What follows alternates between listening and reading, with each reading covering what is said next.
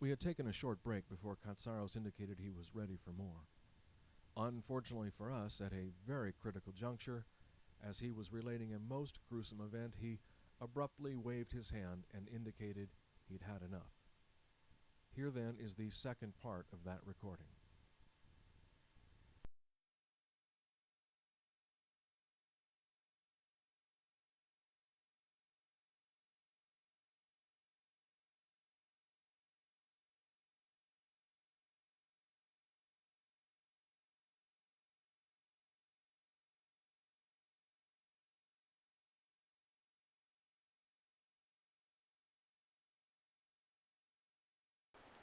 What I was telling you? What was I talking You were about? right at the What was I telling you? What army story kit, was I telling you? army, the one gun with the 6 armor-piercing shells.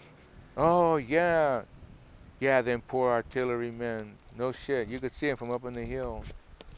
They fired away, man, and they got 4 tanks With the with six six shells. shells. Yeah, they got 4 tanks, and then them tanks came through, man, and rolled them down. They rolled them gunners down. Because the gunners had no way of stopping that tank anymore, and they You didn't mean they have any ran over infantry them? support. Yeah, oh yeah, they didn't waste any. They didn't waste one bullet. Oh, if they could run you down, they would, so they wouldn't waste any shells. See? And then about a mile down the road was the other 5 pieces, the other 5 artillery pieces, and they fucking zeroed in to close the pass, and they kept firing. The battery kept firing and firing high explosive shells, but they couldn't stop the tanks, man. They just bounced right off, and the fucking tanks would go around them. They wouldn't even bother with them, you know. They'd go around them. And you and another company were on No, opposite sides. with 2 companies here, 2 companies there. Well, 1.5 company here because he took the other half of the company there because we had the sea to protect our flank. We didn't need that many troops, Oh, right? I see. But we couldn't get a hold of him. We didn't know what he was doing over there. Yeah, there was no coordinating of plans. There was no plans. What the thing was, you entrenched yourself for siege. That's siege warfare. How We're quick? holding a position, right, and they're sieging the position there. And they came in waves, man, just like in the movies. And you couldn't talk to the opposite hill? No, no. They came in waves, waves, one after another. You kept firing until your equipment burned out and you ran out of ammunition. And then you fought with the rifle. Yeah, rifle butts, rocks, knives, hand to hand, man. Yeah, unbelievable, unbelievable shit, man. Throwing grenades from here to that bush over there. You know, that fucking close. They're just in waves, screaming, ranting, raving, and just fucking. We had on my side there was about 150, 175 men, 150 men, 150 men over here. I don't know how many got out of it, but the sergeant that I was with told me to go down and make communication with the artillery to level the fucking hills down, with us on them. With you on them. Yeah, right. He says tell them to level the hills. And went down there, but the artillery had been wiped out already. They had been run over by tanks. Guys, half of their bodies gone. Oh my Half. Cut right in half with a tread. This part over here, you could the scream still on his fucking mouth. And the other part gone, man. Another one had been flattened out lengthwise, and he was flattened out into the dirt. Yeah, he was flattened out into the dirt. He was made this big, God. Oh an inch big, like hamburger. No, me and this other guy that was with me, we saw that and we just kept going, man. We don't know who got off that hill. I don't know. my God. How They long? said some of the other guys off the other hill did, off the off of that other where the other company was at. They got off. Some of them got off the hill because our motor pool was on the road, but farther back. We had the motor pool. See, like we moved up north, they took the motor pool. You have motor pool, and the motor pool detachment takes over, and they guard the trucks now. They take care of the motor pool. All the mechanics, everybody is at the motor pool. That's where your baggage is. That's where all of your shit's at in the motor pool. You could be out there fighting, but all your shit's at the motor pool, right? So the motor pool was back there. But we took off, going down, we took off toward the Yellow Sea. that way. Because if we kept going down the road, we knew that the tanks were ahead of us. Oh, I And we see. didn't know how much infantry got through going with the tanks, and we didn't know if the tanks were going to come by. So we got off the main road, right, and started going on like that. So the next town that we went to was to Piontek, down the road. On July 3rd, our planes blasted that fucking town. There was an ammunition train coming up north, and they blew the Americans blew the ammunition train out. Their own ammunition? Yeah, and then years later, I read that they blamed it on the Australians. They said I was reading, and the Australians had bombed Piontek. It wasn't. It was American planes. I was there. Okay, dear. I saw it. There was 5. They said there was 4. There wasn't. There was 5 planes that were there, and they blew the fucking town apart. We went back to that. The retreat started now. See, Oh, I see. So, how long? that's were when the retreat started. The retreat started, and they just kept going back and back and back, going up north to the first battle of Korea was a comedy of errors. It was bizarre, man. They unloaded us at Busan, like I told you. Right. They unloaded us at Busan. The planes were stuck in the mud. The airfield was mud. The old sergeants told us of stories of men who got stuck in gumbo mud, that when the mud dried up, it cracked their legs. That's right, man. And men who had sunk into up to their waist, their whole lower body just crunched, man, from the fuck. Oh yeah, the drying clay. Oh yeah, it kill you, man. The clay dries up, it crunch you to death, man. Oh my God. Oh yeah, they used to do that in the old days. Dump men in clay pits and let that fucking clay dry up. Anyway, the sergeants were telling us these things, and I lost my shoe, one of my shoes in the mud. It was trying to unload them planes in the mud. And they finally got even the Koreans didn't want to come and help, right? So then they put together a motley assortment of buses and trucks and what have you not to get us. And we had some of our own jeeps and that they brought with the transport, but it wasn't enough to get that many troops. Like we didn't bring in our 2-bys. They left them at the airfield in Japan. They didn't bring in so that you could transport troops. You can't march troops all the time. It'd take you forever to get them anywhere. Right. So we didn't have any vehicles to take us to the airport, and they got a hold of school buses. You know, the Koreans provided it. Because the Korean Army, the Republic of Korean Army had already confiscated everything.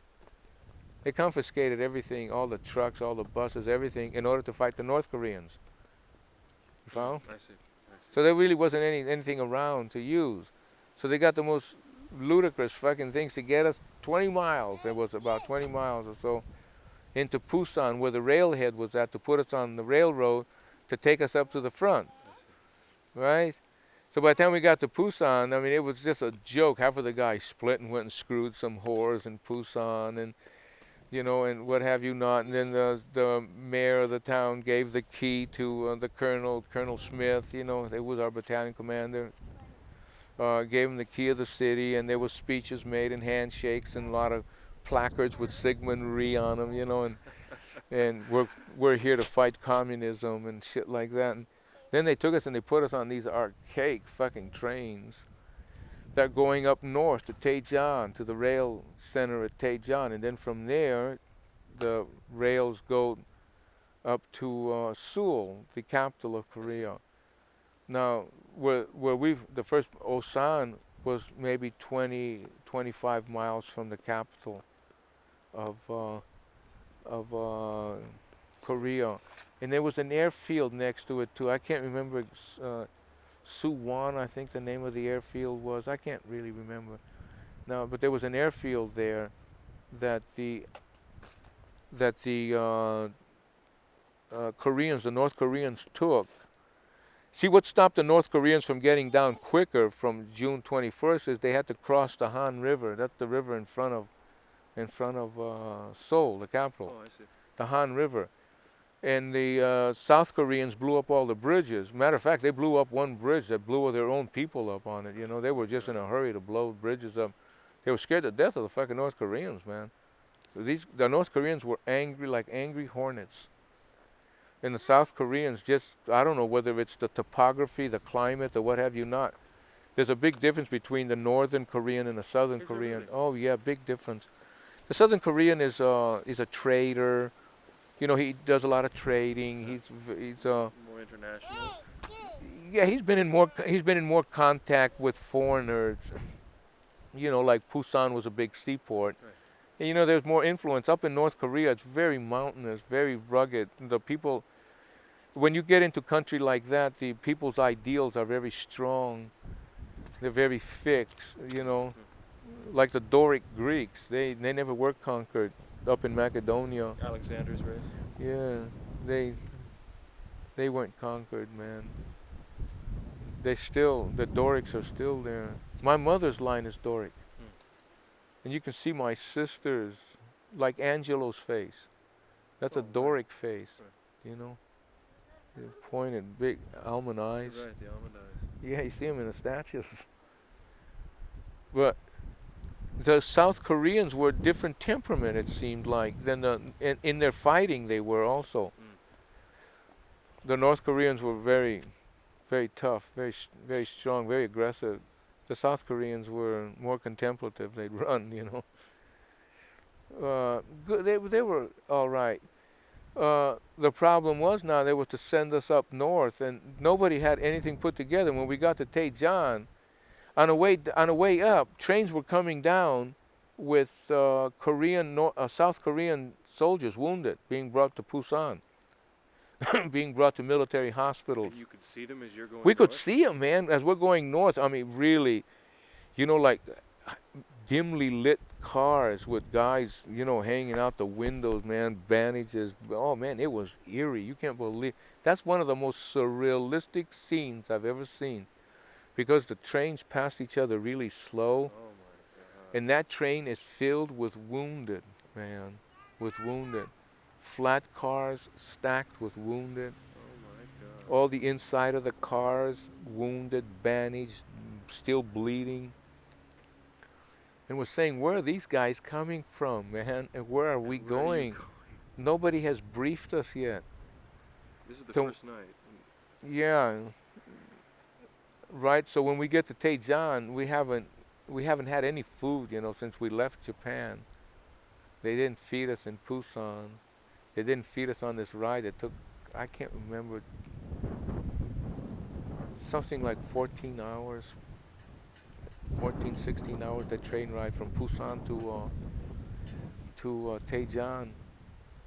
And then when we got there, they fed us. And then they issued us, the quartermaster issued us equipment if we didn't have any. So all my equipment now is brand new, like brand new boots Oh my that aren't God. broken in. Yeah, unbroken boots in the field. Ooh. And them boots that they had in them days weren't, you know, like the boots they have now. The boots they have now are already broken in. Them were real rough leather with straps on the side. Infantry boots, man, that had been devised, I don't know when, you And know, you just- during the time of Noah. They were the most, you know, they weren't no good, man. They weren't waterproof boots. They had a strap around your fucking ankle that blistered you. A stupid fucking design, man. They go to war, man, and the clothes you wear in war are just so ridiculous. You should be in war encased like a cocoon with bulletproof, radar-proof, Right. all-proof fucking shells. You know, you're in there, man, and you got all these little gadgets that you're just pressing, and the little thing runs for you. And other than that crap we had. Anyway, they issued up all the equipment, and the rifle that I got had cosmoline in it. It wasn't even cleaned out yet. It was brand new, right? They broke open rifle cases and just issued out rifles from the rifle case. So now I'm looking around. They can't find the kits, you know, for rifle cleaning kits. Somebody's can't find them, you know, because you need the wads. You need cleaner. Right. Right. So, just you can't know, like fire where it you're right using your t-shirt to clean it with gasoline, which you're not supposed to do, you know, to clean that cosmoline off. So now we're cleaning our equipment and getting our equipment ready, and we're bivouacked in Daejeon, right? and they give us a pep talk about why we're here and where we're at and what it's all about.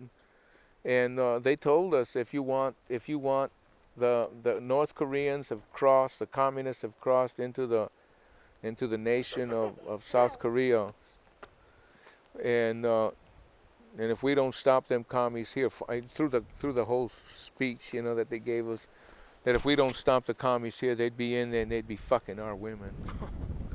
They would, yeah. That's what Right. yeah, they'd be there fucking your women. They said, you got to stop them here. How would you like it? He said, if they went and pillaged and raped and had your women. Where are you from, soldier? And the guy says, I'm from San Francisco. Then how would you like if you found them there after they took off here? Nobody said that there was the Pacific Ocean to cross, And where were they going to get all these boats? And there wasn't there no Navy to stop them. You just bought the line, though. They spooked you. Nobody bought the line. No, everybody knew that there was bullshit. And he said that all we have to do was just show up to put starch into the. He said we were here to show some starch, to put some starch into the troops. And how is this going to be done?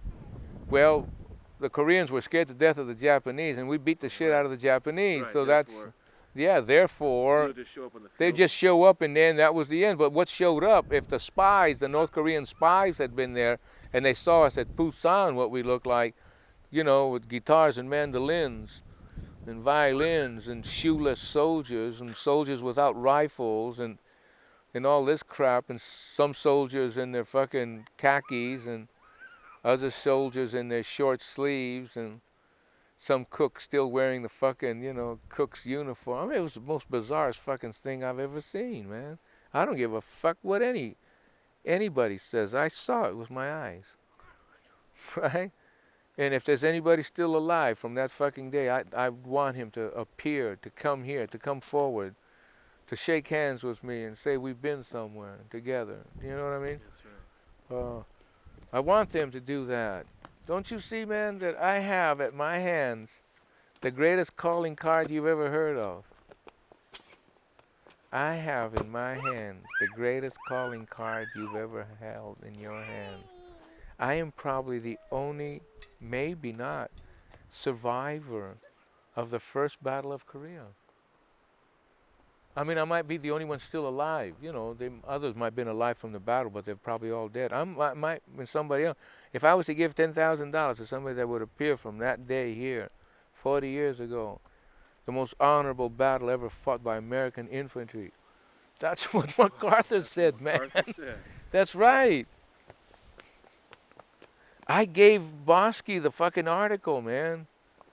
I gave Bosky that article. Chester found it in some book, but the guy didn't even have some guy wrote a book on the history of Korea, and he just mentions that battle, in half a chapter. But because not being there, he didn't know what took place. Uh-huh. You know what I mean? Yeah, well, really the only battles that I've ever heard of are the one at the reservoir, the Chosan Reservoir. Yeah. They never talk about the first battles of Korea. No. But, They yeah, don't. how long did the battle last for? The battle itself? Yeah. About 8 hours, 6-8 hours. And it something started like at sunrise that next morning. that. It started about 8 o'clock in the. I remember asking my buddy the time when the the sergeant saw the column. See, we couldn't see the column because it was all foggy. We couldn't see the column of tanks. Coming at you. No, because it was too foggy. The mist, but the mist lifted. And when the mist lifted, it looked like you were looking at a Cecil B. DeMille movie. It looked just like that. It looked like the armies of Napoleon that you saw in the movies. Yeah, four abreast for miles, man. You couldn't see the end of them. And being led by fucking 42 fucking T-34 70-ton tanks. Yeah. Yeah, man, these fucking things mounted 3 machine guns and fired an 88 shell. That 88 shell, I don't fucking range 2,000, 3,000, 4,000 yards easy. Yeah. Mortars, baggage, trucks, they had everything down there, man. They had everything in there. And all of a sudden, Somebody gave the fucking order, man, and the artillery opened up. They were firing high explosive shells, right? Tanks came through, and that one gun, whammo, man. They sighted the gun round the barrel. Point blank. Yeah, yeah. The gunners looked down the fucking barrel, and they saw, and then they put the shell in and fired. Oh my gosh. Yeah, man. Oh yeah, that's how close they were. Fucking, they fired at 700 yards, 600 yards. They stopped 4 tanks, and then the other tanks just came and shoved the other ones off the fucking road and came at you, you know. They got them. Then the tanks fanned out at the bottom of the hills and started bombarding the hills. They started laying 88s on the up on the hills because they thought that there was far more people than we were, so they stopped. They thought that, you know, maybe a division was confronting them, and this was just the forward elements of a division. It wasn't. There was nothing behind us. The rest of the battalion, and the rest of the story, like whatchamacallit says, the rest of the story is that they were bringing up reinforcements, right? I see. They were going to bring up reinforcements. They were going to bring the other 2 companies of the battalion. They were going to bring up the 19th and the 34th were somewhere, and they were bringing them up. So they were somehow behind us, right? But they came through us. There was no way we didn't have any more ammunition. We didn't have no radio contact. We had no more artillery. We had no more nothing. And I, to this fucking day, believe that dear saintly sergeant that he had befriended me. He had one night to make all these fucking teenagers into fighting men. He had one night. No, he didn't even have one night. He had from about 2 o'clock in the morning to 8 o'clock that morning through a rainy night. Walking, talking, bullshitting, telling, talking to teenagers. Teenagers, the oldest guy there must have been 18 years old. I'm serious, man. A couple of the officers had been in the Second World War, but that's about it, man. Everybody else was all green, untried teenagers. Teenagers, man. Teenagers, you believe that? There was a guy there younger than me. And you were 14? I was 14. Let me see, wait, I was 14. Wait a minute. No. Wait, I went in September. I went in June of 49. That's right, I was still 14. I was 15 that September. I was 15 that September. The day of the Incheon landing, I was 15 years old on my birthday. That's why I remember that date. But there was somebody up there younger than me, man. There was some kid from Virginia. And he told the sergeant, he said, I ain't none but 13 years old, Sergeant. He said, and I'm going to be a man today. Can you imagine that? And then these people make heroes out of these weekend warriors. Can you imagine that? You mean to tell me the first battle that this country had in Korea, the first battle after the Second World War, the first battle after the Second World War was the Battle of Osan. You got any understanding what I just said? The first battle after the Second World War was the Battle of Osan, right? And we stood and fought with nothing. We shot rifles at tanks, man. And then they said, why did we retreat? What was we going to do? I mean, we retreated because every man wanted to live. Every man wanted to live. Your sergeant, you were saying? My sergeant, Zagrusky, yeah, he found reason to get us off that. He found reason to get me off that hill. He found reason to get me, to give me an order to get down from that fucking hill and get going. That's why I doubt it. I don't think anybody fucking came off that fucking hill that I was on. I don't see how they could have. I don't see how they could have. They closed that. The infantry, just as we got down, the infantry was just coming through the pass. Having stormed. And that was about 3 o'clock in the afternoon. So we stashed. We hid out until it got dark, and then try to make it in the fucking dark. And you try to travel through shitting in your pants, man, that you're going to get caught traveling off the road, trying to figure out if you are going the right way. Because, you know, you do every place that you're at, you know, that has a certain compass bearing that's off, right? And we didn't have any compasses with us, so we had to take sights, our sightings, you know, as to, you know, star sighting. And we remember from basic training they had taught us, you know, make sightings of the stars, and I'm trying to figure out, when I see the North Star is at the handle of the, you know, I'm so fucking nervous I can't figure out where the fuck the North Star was at. Trying to get there, and it's not a full moon, man. It's not a full moon, and it's getting hazy again. It's going to rain, and it's closing up, and all that, and that's that kind of thing. And it is starting to rain, you know. And we're fucking trying to get our ass down to Peon Tech, and we're trying to keep off the road because we don't know if the infantry is on the road or what have you not. So we kept getting closer to the road and trying to follow the road down. But then when we got to Peon Tech, which was, I don't know, 20 miles away, 15, 20 miles away, on foot, man. Just you and a buddy. Yeah. And when we got there, there's a river that was in front of Peon Tech. So anyway, we came across the river. That was another hassle, getting across the river, right? I mean, the 34th now was there, and they had set up a perimeter already. So anyway, they got us there. We told them, you know, took off from Osan, and we got in, and they took us to their headquarters, to the regimental commander. Matter of fact, that regimental commander was stripped of his command. Is that right? Yeah, for what happened in the next few hours. Yeah, he was stripped of his command, and yeah, his name was, geez, my memory's going. His name was Lovejoy or Lovelace or some fucking thing like that. Because he talked to us himself. And he says, what's there? And we told him, we said, we took a count of over 40 tanks. And he said, they said that there was no tanks. Like also we had the same information. They told us there'd be no tanks. As a matter of fact, when our master sergeant said, them are T-34s. He was a Second World War sergeant, right? Oh, and he'd seen them before. Yeah, he said them are T-34s. He described the tank, you know, medium tank, what have you. He knew where its weak points were, where its strong points were. The Russians have good tanks, man. First class tanks. Them tanks could really maneuver in that fucking place. We had no tanks. We had the M24, which was a light tank that mounted a 75 millimeter on it, that you would shoot at that tank and the gunners wouldn't even close their hatches. Do you know what I mean? 30 caliber or 50 caliber on it. No, nothing. No comparison.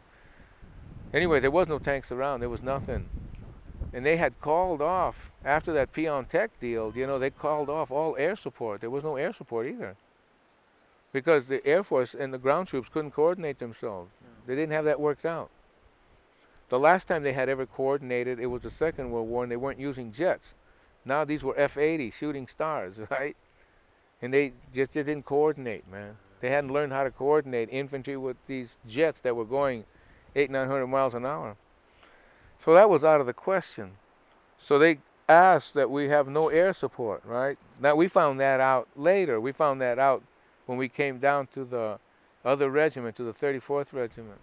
And we asked, the guy asked us, what's going on? We told him blah, blah, blah, blah, blah. We told him that they ran us through. There's a whole division up there, you know, coming down. He said, man, you know, he got nervous because he had no method of holding the tanks back.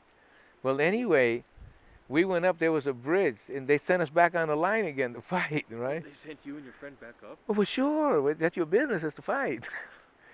Right, so we go up there. Oh, yeah, I forgot to tell you a story. See, I'm going ahead of myself. The most interesting part was going up to Osan. Osan was something that belongs in the world of surrealism. Going up to Osan from Taejan, the colonel wanted to make a reconnaissance trip. So they had us down as bomb demolition men. Oh, right, you were saying that earlier, but those guys had been... And what, you know, they wanted explosive men, guys, engineers that could blow bridges up, right? And we were bomb disposal. And these guys were engineer demolition men. But when they put us down, I told them, because I wasn't from their company, I wasn't from that outfit. They asked me where I'm from. And I said, I'm not from this outfit. I'm not from the 24th Division. I'm not from the 21st Regiment, from the 2nd Battalion. I belong on Saipan. I'm from the 560th Composite Company, Demolition Company. I said, we're bomb disposal men. And the guy says, you're infantryman. And he says, and I'll put you down as a demolition man. So then they called for the reconnaissance to take place from Tejan to go all the way to Osan, which was about 60, 70 miles away, you know. They didn't know it was going to be Osan he would fight at. He was going to look for a place where he could bring his battalion up to take over. So they went on a reconnaissance. Isn't that sweet? Isn't that sweet? For reconnaissance, so they called us, the demolition men, to come because we might blow up the roads in order to stop tanks, right? But we went to the motor pool, they said, okay, and we never they asked us, you guys ever worked on structures and bridges and what have you not? And the guy I was with, he said, oh yeah, no problem, man, you know what I mean? So, yeah, man, I'm here, I'm saying, hey, you know, like, we don't know shit. And he said, shut up, man. He said, it's better than being fucking infantry, you know? So anyway, we go to the motor pool to get all the equipment we need on a weapons carrier, and then the guy says, hey, man, he says, we ain't got enough dynamite here to blow your pants off, you know? So we don't have, everything got blown up in Busan, you know? Plus the demolition men got blown up. So what they do is they put explosives in the roads, they blow the roads up, and the tanks' treads get locked in them, you know? Oh, I see. They blow the roads apart, so the tanks can't get through. They'll figure out a way to go around it, but it slows them down. So they take us with this fucking, a trailer filled with dynamite, you know? Nobody even knows how to use it. And we take this fucking sergeant with us, and he's a cook, right? So the roads are really rutted, and we're driving, man, in this fucking, the colonel, all his staff, and we're all heading up north with signalmen, you know, so lay telephone wire. This is a reconnaissance, right? Reconnaissance, they put us. So we're at the end in case we blow up, you know, we wouldn't fuck up the column. So anyway, we're bouncing up with no sleep, we're fucking haven't eaten and all that shit, and we fucking finally get to Pyeongtaek, right? Well, when these fucking planes came over, this fucking sergeant is a hillbilly, man. His name was Alvin. I never knew what his last name was, man. But he was a hillbilly because he kept telling hillbilly things, you know, like pud pullers and y'all boys don't know your ass, you fucking pud pullers.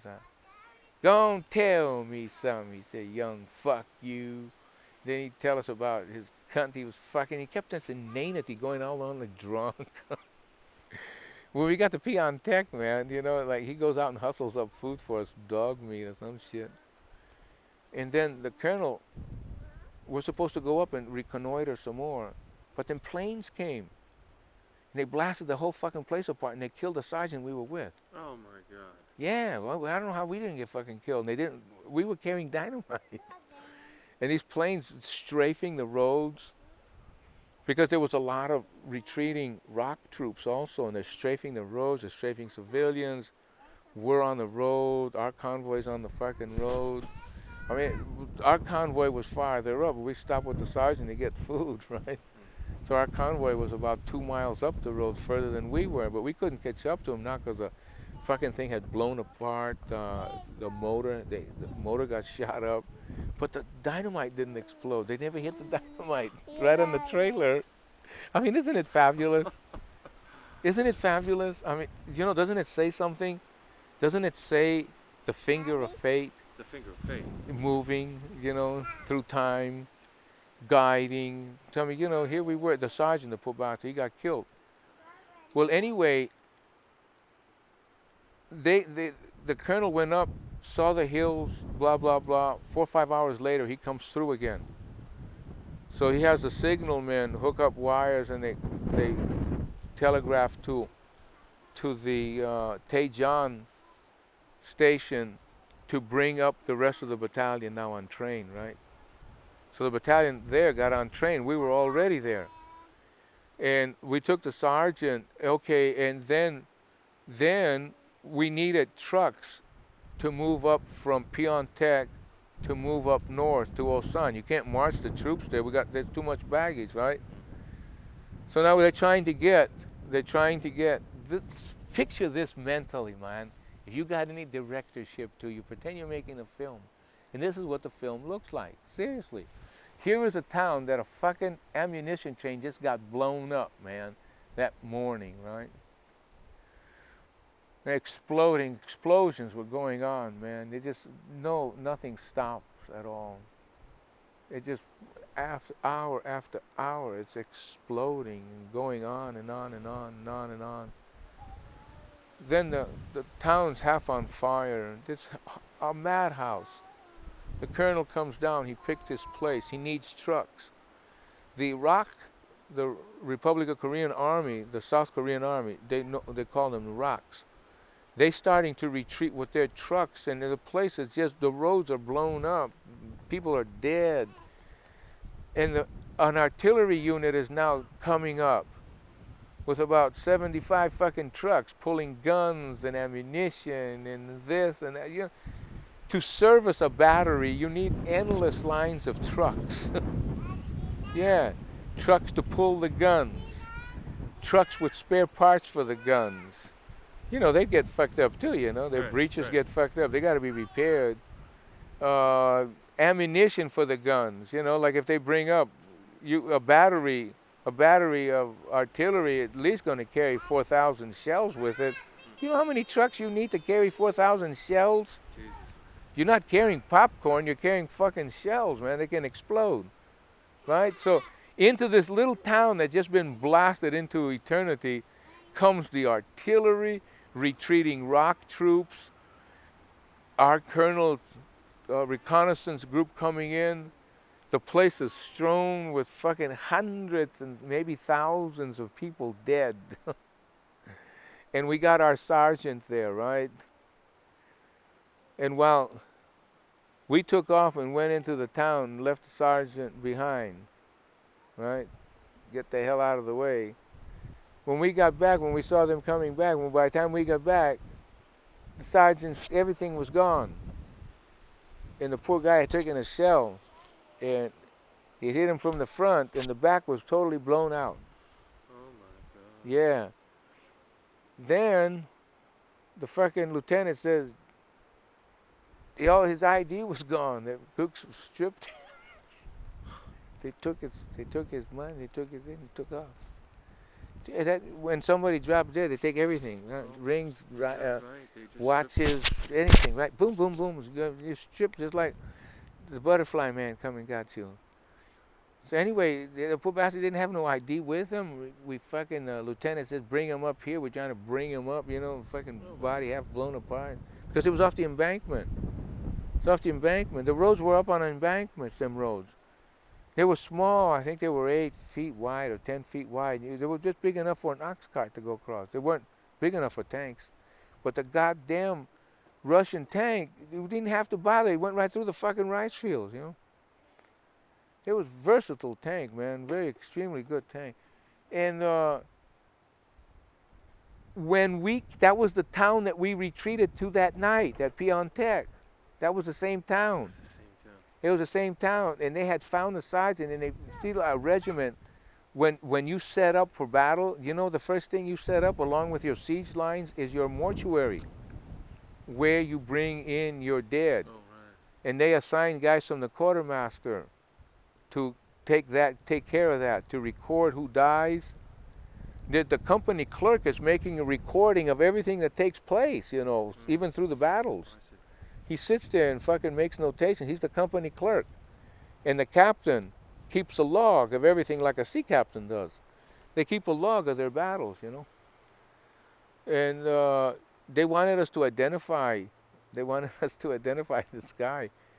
And we told him, man, you know, it looked like he had already bloated, you know, of blue. Look, ooh, this shit. They had set up a morgue already. And then that morning, at daybreak, they didn't cross because they thought the whole fucking American army was there. And they were scared, man, the North Koreans. And when daybreak came, man, them tanks were sitting off on the other side of that fucking river. And it looked like these fucking monsters, man, with fucking, like beetles. Their cannons were just like that, waiting on the other side to cross over. Is that right? And they had, on this side over here was just infantry with nothing to fire at them. Nothing, man. 75 millimeter cannon that you might as well throw a golf ball at the bastard. Waiting to fire at these tanks. Man, they came through that position. That's the second time now, right? I have to face the fucking tanks. So we take off from there. So this is in Pyeongtaek, right? Pyeongtaek, right? At the river there. I mean, we held these fuckers off for about an hour, right? And because we didn't hold them off. They didn't want to cross. They thought that we were suckering them in. And their infantry came across, man. They started laying in. Before the tanks? They started laying in shells. Yeah, the tanks just turned into artillery pieces. And they started laying in shells and just lodged everything here. And then them fucking tanks took off and they came through. And their fucking infantry came through. And I mean, people, you better not trip, man, because you'd get run over by your own people. When you see tanks, man, there's no way of stopping. Just picture that field. See if you got an imagination. Picture that fucking field over there. And 30 or 40 tanks lined up, armor, with blazing guns. 3 machine guns they had on them, and they were all firing at the same time. And that big 88 shooting fucking, man, anti-personnel shells at you. And now these tanks are cranking up and coming at you. Right, like a cavalry charge, only this is metal, steel. Picture that. Engines. Boy, it puts terror through you like you've never seen before, man. It's a terrifying fucking experience. The most thing that infantry was scared of in them days was the tank. They were scared to death of the tank. And now they have rockets to stop them. Right. They can stop the tank. Now Shoulder infantry can. mounted rockets and Yeah, such. they can stop the fucking tank. But you couldn't in them days, man. You could if you had the bigger bazooka, but we didn't have it. They had them in Europe, but not in Asia. They didn't think they needed them, right? That's right. They had all the anti-tank shells. In all of Japan, there was only 6 anti-tank shells. They brought them from Europe, but coming from Europe by ship takes a little time. It took a month. So for the first battle, there were just these 6 Oh, shells. it was pathetic, man. Now that was the 34th Regiment. So the colonel said, retreat, get 'em. There was no, he didn't have to say, the troops had left already. Now they started calling it bug-out fever. I got the bug-out fever. What do you mean I got the bug-out fever? There was nothing to fight with. Give me something to fight with and I wouldn't have bug-out fever. So that guy was court-martialed, that colonel there. Yeah, For the general took him, General Dean. He was the general of the 24th Division. And he court-martialed him for that retreat. But there was nothing that man could do. I was there. There was nothing he could do. That was bullshit, They wanted, it might have been different if you were just fighting infantry against infantry, but infantry can't fight against tanks. And they kept throwing tanks at us. They knew we didn't have any tanks. And they kept throwing tanks and tanks and tanks at us, Then eventually they brought in equipment. But that's another part of the story, That's How did you get out of Pyeongtaek? we retreated to a place called Osan. Then they caught us there. That's the first time I got captured at a little village outside of Osan. And it was just by luck, man. Just by luck I got out of there. How did you get out? The North Koreans? Oh, that captured you? story is so unfucking real that it just requires a whole day in itself. It's unreal, man. We'll save that then. No, I'm saying it's unreal. There was no officers there. There were just a lot of privates and PFCs, North Koreans. And they went nuts, man. They started playing Russian roulette with everybody they got caught. Oh, it was bizarre, man. They fucking killed a chaplain. They shot all kinds of fucking people, man. I don't know. I tell you, I don't know why I'm here. There just is no fucking reason. That's how that war was, man, from beginning to end. It was just uh, battle after battle that you could never fucking win. You couldn't win the battles. You didn't have anything to fight with. Like, why wasn't the whole division put in front of a division with all its artillery, with all its armor, with all, and then fight? But it wasn't. It was company after company after company, battalion thrown into their fucking way. Then from there, I got to Tejan, right? I got to Tejan, and immediately I got thrown back in the line again. Now that we're fighting for another river, right? And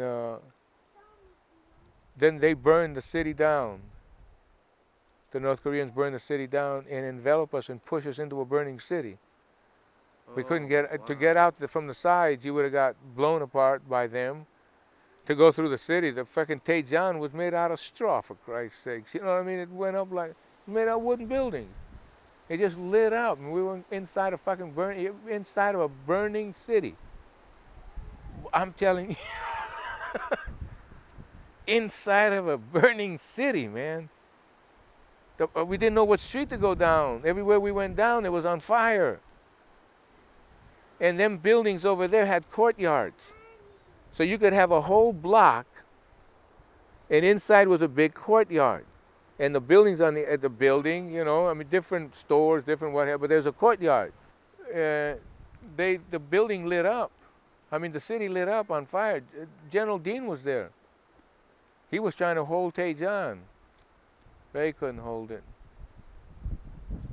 Then they opened up a road to get through, and they blockaded the main road out of that area. That was a fight and a half to open up that fucking road to get through. I mean, you know, retreat's a different word altogether than advance. And we hadn't trained or been prepared at all for retreat. They would blockade the roads. You couldn't get through, man. The North Koreans would? They'd get behind you. They'd envelop you. They were masters at it. The Orientals are very good at that. That's the whole tactics. That's what tactics are, enveloping masses of troops. Getting around them and pushing the center in. Getting around them, you know, going around them. Genghis Khan used to do that. Genghis Khan used to, by practicing huge hunts with his cavalry. It's hard to coordinate the troops, you know, to do that.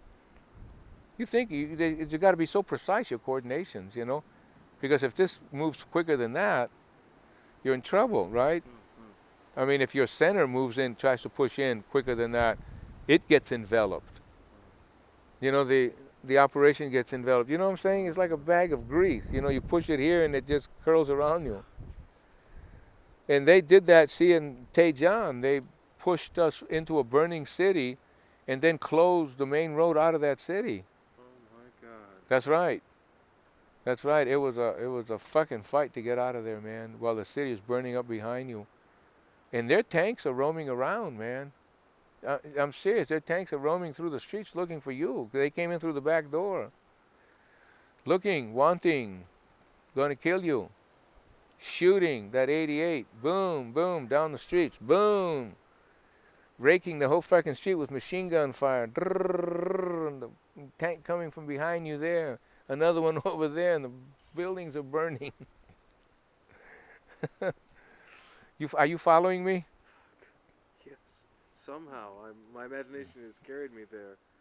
Unbelievable. How did you get out of that? I don't know, man. I don't know. Honest to God, I don't know. You never got injured? Not a scratch. I almost froze to death, but I didn't have a fucking scratch on me. All the shells came by me, man.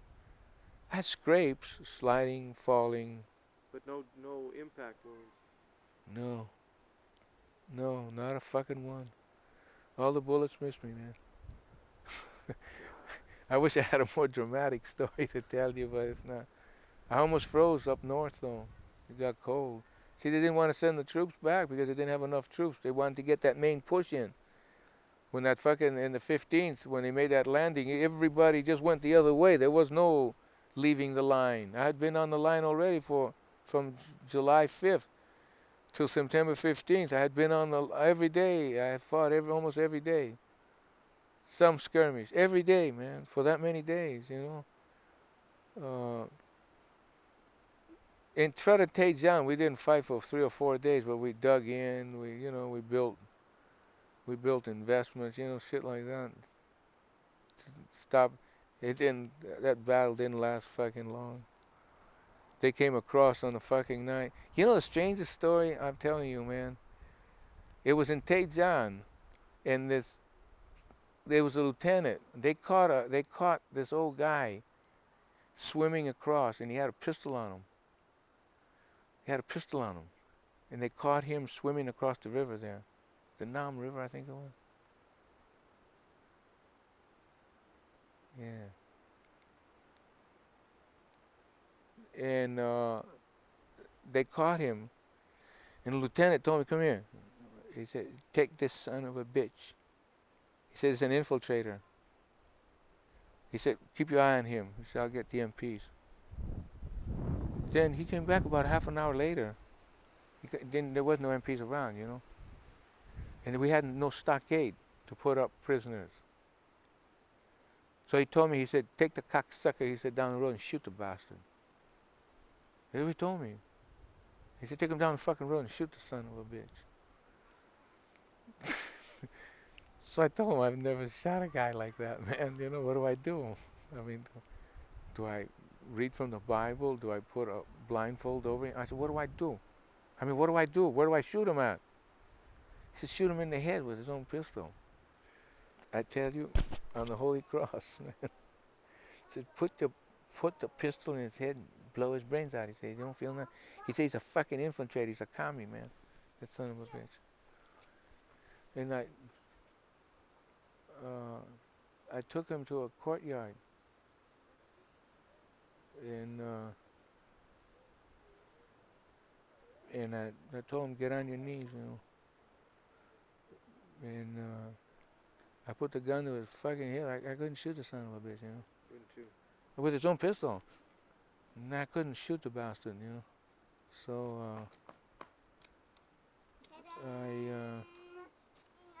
I left him there. You just left him? What did the sergeant say? The lieutenant? Lieutenant, excuse me. See, when I got back, the lieutenant said, did you do the job? I said, yes, sir, I did. He said, where's the pistol? I said, I left it back there with him. He said, I'm going to go check up.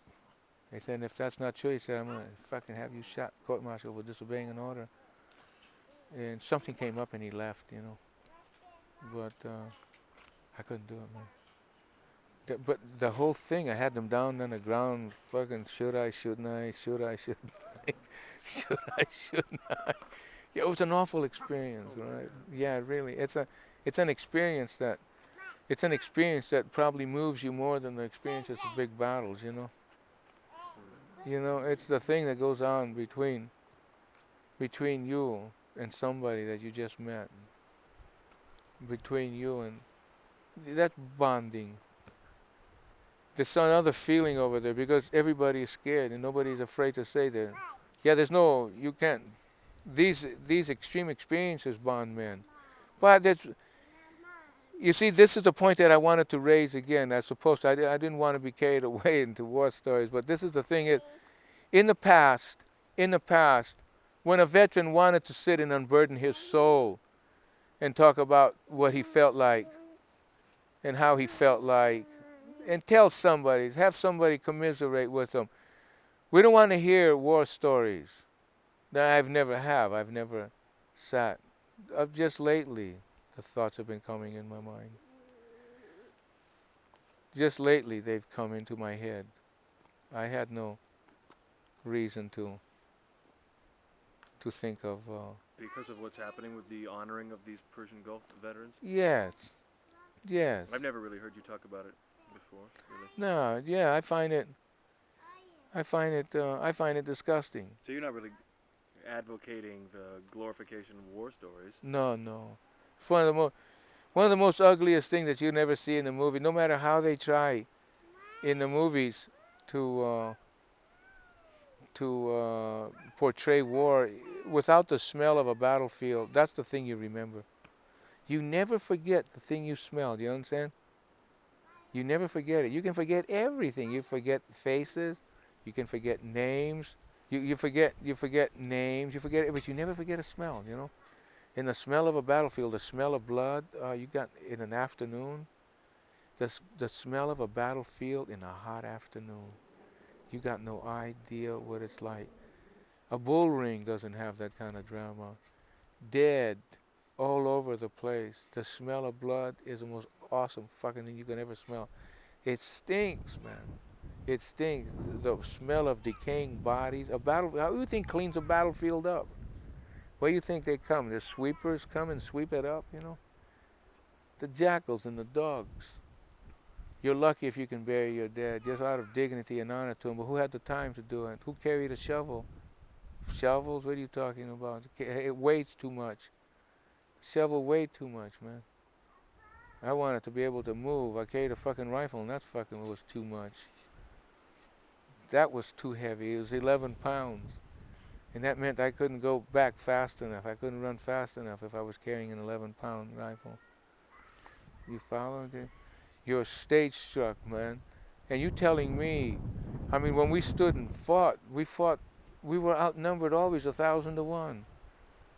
At least 1,000 to 1. They threw everything they had. The North Koreans, I don't know why they didn't. They thought that we were suckering probably into some kind of trap. That's why they didn't really finish us off. They could have finished us off long before they did. It wasn't that we held them off. It's just that they didn't throw it all in. They split their divisions down. They threw them to another side. They thought that we were going to go up their flanks, that we had nobody to go up their flanks. They thought that we actually were suckering them into a total collapse. And they slowed down their movements toward the sea, you know.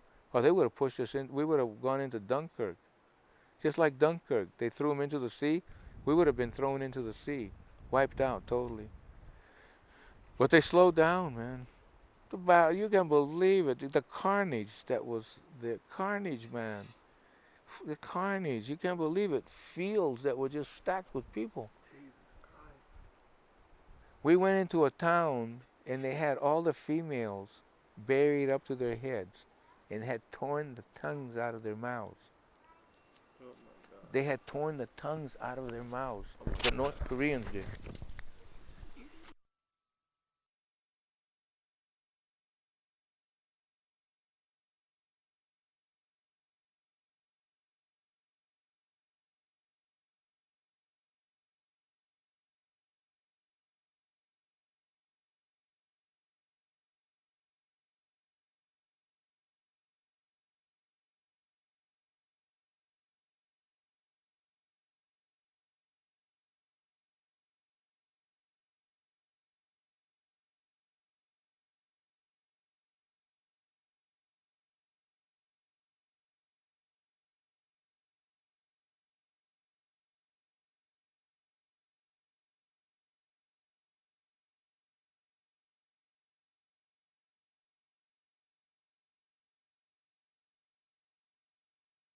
In subsequent unrelated recordings over the next few weeks, Katsaros would suddenly expand on a few of his earlier reflections, perhaps feeling there was more that needed to be said.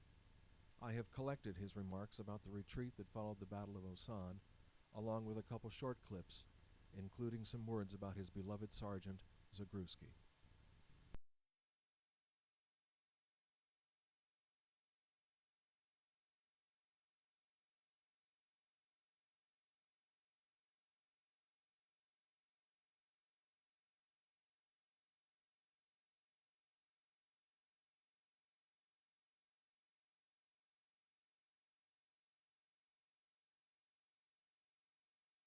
How many people hit the beach in Incheon? 3 divisions. What is a division made up of? It was 15,000 divisions. The first landing was about 45,000 men. Shit. Oh yeah, the whole landing was about 100,000. My God. That's not a lot, man. Yeah, most years, like 1 million guys, I think. 400 of us faced 18,000. I mean, that's not a lot when you think of 100,000 guys. The odds were different. Up in northern China, man, the Chinese threw in there, man, in one fucking night, 150,000 troops. 150,000 troops, man. That's not. They threw in there 15 divisions in half a day. Fuck, all light infantry. Man. Yeah, just like ants, man. They just swarmed over the fucking Manchurian hills there and into the Chosin Valley, where the reservoir was. Reservoir is huge, man. It's like from here to San Francisco. Oh, good deal. Yeah, it's a big reservoir in between these two big range of mountains. And the army came this way and the Marines came that way. Fucking 150,000 Chinamen came down that way. Oh, shit. Yeah, there's a lot of people, man. I mean, you know, these are big wars. They're not like that fucking Vietnam War. That was a pussy war, man. That was the Chosin Reservoir fight. That was in winter, wasn't it? Oh, yeah. Dead of winter, man. December. Oh, my God. Mm-hmm. But they, Vietnam, you see, was all small outfits. Mm. Yeah, there was a Skirmishes. division, but the division was broken down into small battle groups. Uh-huh. But over here, you had divisions smashing into divisions, you know. Yeah, you had everything this side had would punch out to everything that side had. Fuck. They fought, man. Just moving all those bodies at one time, it must be an enormous task. Like you said, the quartermasters. Well, the Chinamen didn't they have don't to. They're have light quartermasters, infantry, no. yeah, they just go with a little knapsack and that's They don't have no quartermaster. See, it takes 5 echelons to keep one infantry man going. So at that time, now it's even more. That's complicated. So it takes ordnance, it takes transportation, communication. Fucking Chinamen, man, didn't need it. So reserve echelon troops, they had like, they had echelon all right, but they had 2 echelons only to compare to our 5. So they had more men for the line. So their transportation wasn't necessary because they carried every fucking thing and they foraged. Mm. They foraged, they ate ants, they ate spiders. They A whole different style of fighting. Oh, yeah. Then Light the- infantry. And we needed supplies. We needed, Yeah. and then all the armor that we had wouldn't work. See, I got stuck in the summer. I went all the way down to the south, and then got by fucking bad fate. I ended up there in the winter. So I saw summer to that winter. So I saw the extremes of that climate, man. It's really What were the summers like in Korea? very hot and humid, extremely hot. Very humid, 100% humidity. Oh, man. Yeah, 100 degrees, 100% humidity. Holy It's absolutely. shit. You know what's monsoon weather? Isn't that right? Down in That's the right. southern part of Japan, man, it's all monsoon weather. Rain comes down in sheets, like you can't see through it. What month? Huh? What month was that? The landing? July. Yeah. Yeah. It was raining so hard that the sea of mud everywhere. You think the mud would drown you.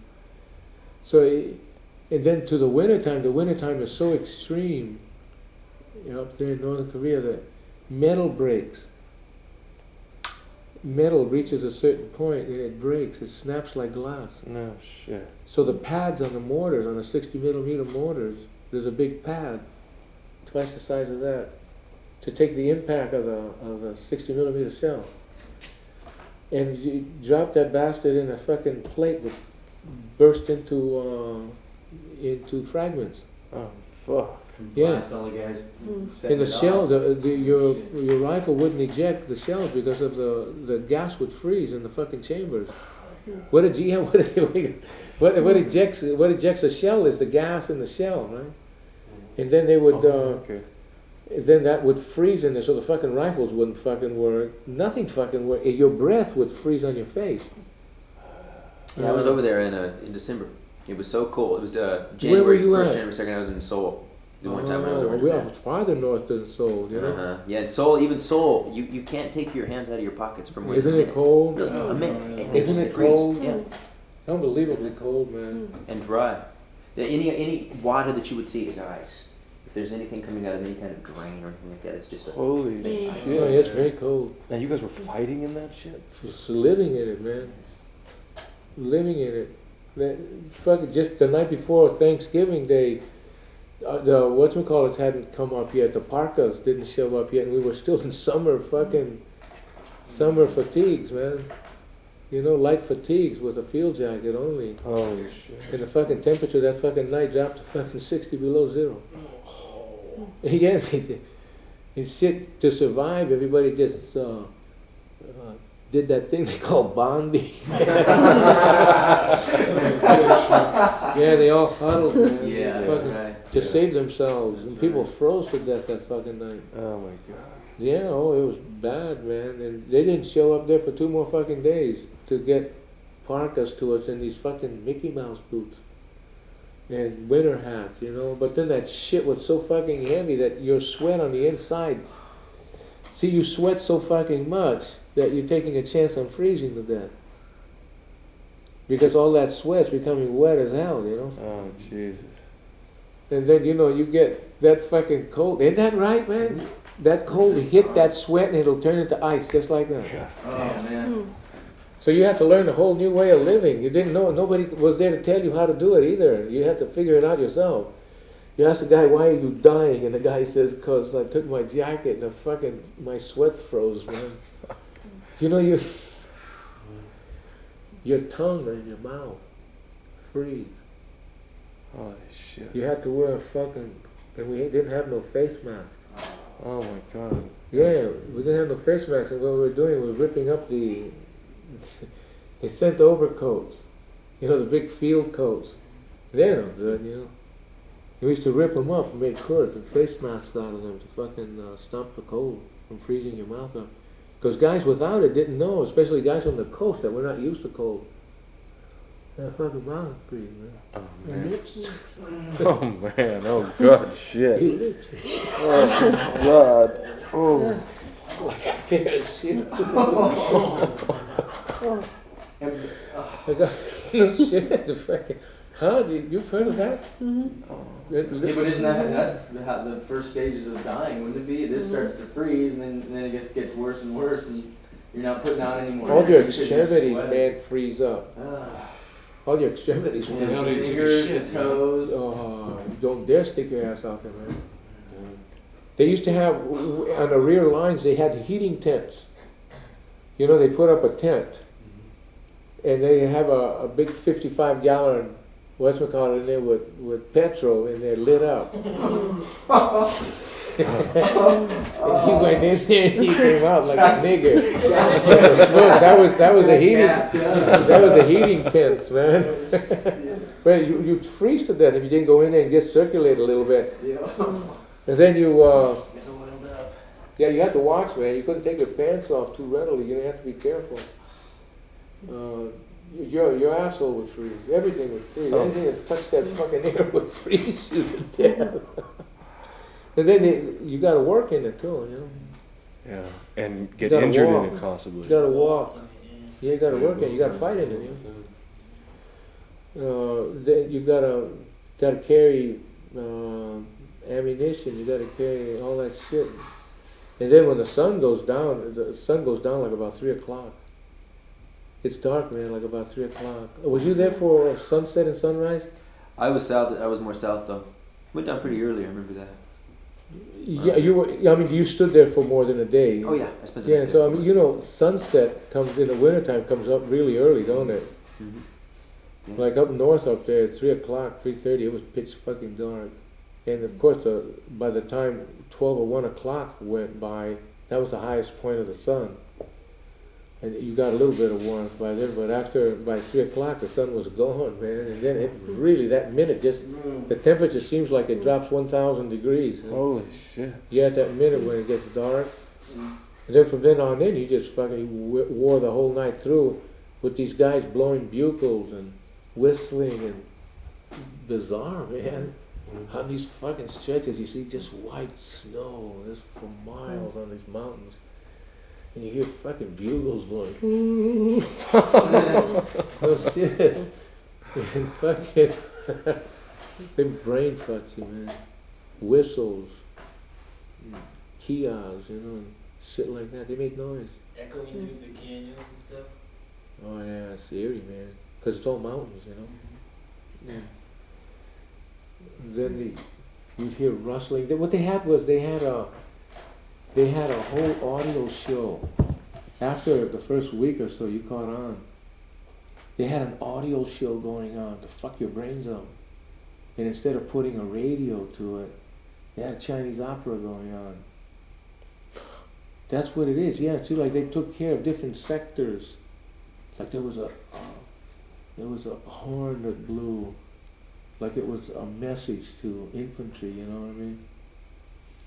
And then there was rustling. Then there was voices, and the voices would just echo, and it sounded like thousands of voices. And then that would kind of subside. It was a whole show, all geared for your ears. And being dark, man, you imagined all kinds of things. And it was dark for like 14 hours. So you had a fucking show for 14 fucking hours, and there'd be silence, and you're thinking that they're coming all around you, like crawling. That's the psychological part. Yeah. They did that every night.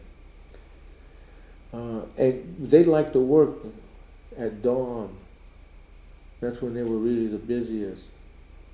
So they worked at that shit all night long and figured they were right too. They'd catch you at the moment that you're most exhausted at dawn. Like you've been fighting it all night long and the sun is coming and it's making you feel good, like alive. And you relax for a moment, you fall asleep. And all of a sudden these bastards are busy at that time of day. And they open for business. As soon as 6 o'clock it'd be around, they were around for breakfast, And that shit went on for weeks, man, until eventually the weather and them weigh you down. And then they fucking went to work. See, like that was the way they wore you down, and then they went to work, man. They really put the heat on. They brought fresh people in there, a lot of fresh people. And the Americans couldn't hold that area at all. We fucking tried to take off, and there was only one road out of there. That place got so jammed up, they left fucking trucks and artillery. Yeah, debacle. So how can a guy like me ever feel like a winner when I've been involved in two debacles? One, the summer debacle and the winter debacle.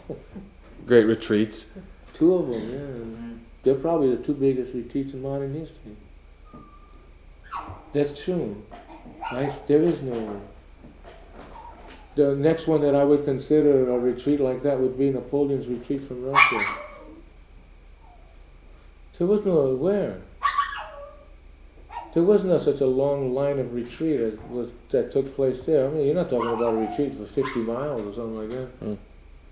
Nor a retreat like the Germans, because the Germans wasn't a retreat. The Germans was a fucking defensive action. Retreat when an army, man, drops its tools and fucking takes off. Drops its tools, man. You can't use your tools anymore. Turn and run. You got no more tools to work with. You you're got no beat. more ammunition. You got no more nothing. For all practical purposes, you're beat. You're on the run, man. How can you fight when you got nothing to fight with?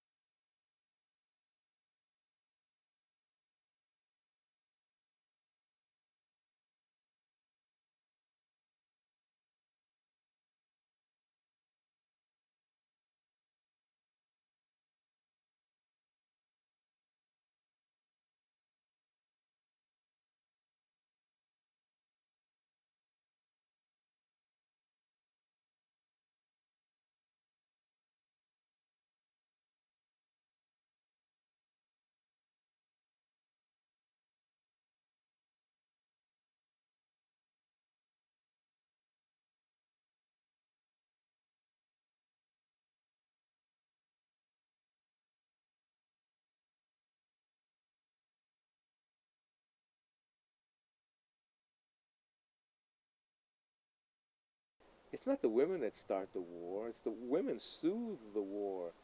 I mean, when you go as occupation, now, the thing is, what modern Americans haven't felt like us, we felt what it was like to go to a country that was occupied by us. When people bent down and just kissed our asses, well, you could take a Japanese in Japan during occupation and kick him in the ass. Kick the fucking bloody gook in the ass and send him home running. Oh, and you little bloody bastard, you say, you're lucky I don't fucking blow your fucking brains out. And there was a law there that you don't shoot the sons of bitches, you know, but you could always say that they attacked you and you shot them, because everybody was armed in occupation duty, right? Soldiers were all armed. And you could see a nation that had been beaten. And the thing that made it possible for us as occupiers not to kill the bastards, just shooting. You know, the troops that had actually fought them didn't go on occupation duty. They were like dogs that had tasted blood. They wanted to kill, man. Well, they wanted to kill. They were doing some atrocities, you know. They didn't give the Japanese a chance at all. Oh, no, man. Oh, no. Japanese did some awful fucking things, you know. You buy their Honda cars and their Toyotas, but man, they did some awful, awful things. And any soldier from that period would tell you, man, it was just horrendous. That's the way they were. They gave no quarter, they asked for no quarter. That's the way they were. A warrior class took samurai traditions and applied them to modern warfare.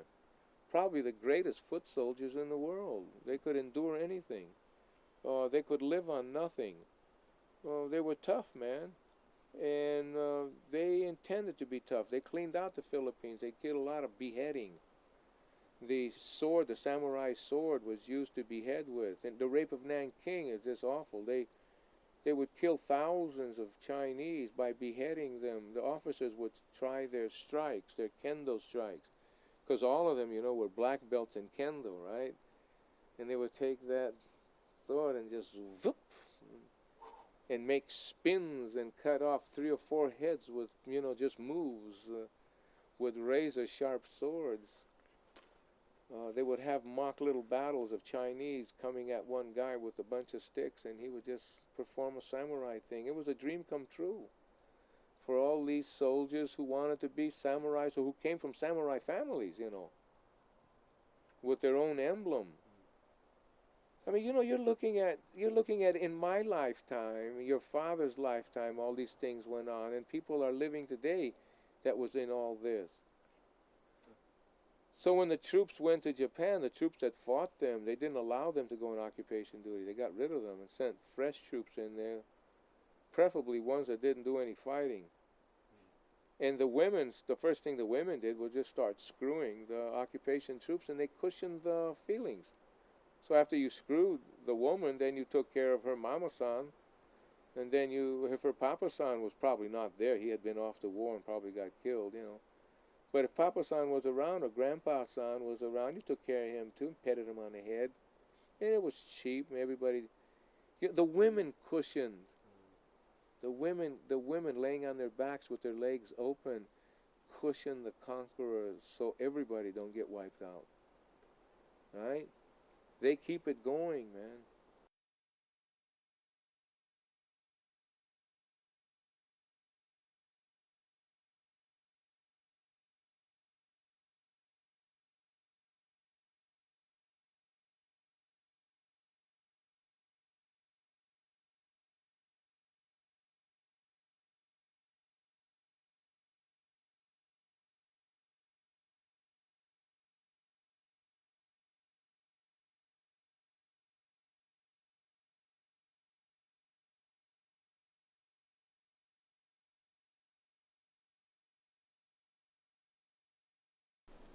You know, I was with a sergeant in Korea, and his name was Zagrusky. This is an interesting story, man, because I learned a lot from that man.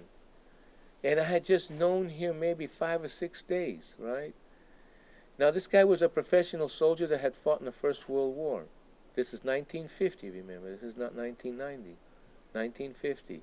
He had been in the Army when he was a kid, 16, 17 years old. Got out of the Army, stayed, joined up again. In them days, you could buy your way out. fought his way out, come back in and out of the army, in and out of the army. He had a family now. He had 2 daughters. He was there in Korea. He was in his 50s. Probably could have said, I got a heart attack, get out of there. Right? He could have done that. And you know what he told me? He said, I've been living on these guys and promising all the time that I would give them my best if the time came. He said, now it's time to pay off. Did you hear what I said? Did you hear what I said? This is honor, man. This is a man. This man don't need to bond himself or play drums or beg or cry. This man was a man. Why? Because a man did it. A woman could have done it too. We have very famous women in our history. Babulina was one of the famous figures, a woman who fought in our revolution against the Turks. She fought, man, with the ferocity of a man. She's revered in Greece. Our Amazons. Amazona means tit in classical Greek. Means without tit. The Amazon means in Greek, in classical Greek, the woman with 1 tit.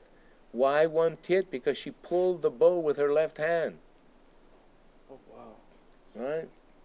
Pow. She had 1 tit.